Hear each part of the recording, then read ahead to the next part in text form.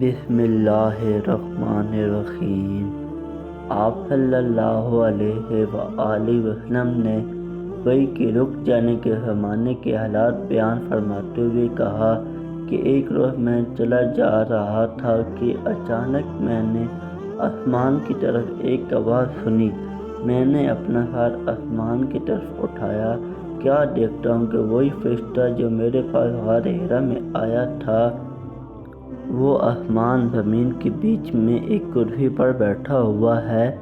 میں اس سے ڈر گیا اور گھر آنے پر میں نے پھر کمبل اوڑھنے کی خواہش ظاہر کی۔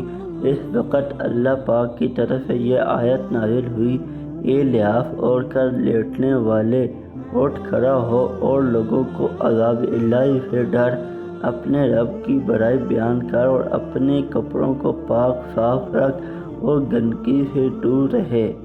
اس کے بعد وحی تیزی کے ساتھ پے در پہ آنے لگی۔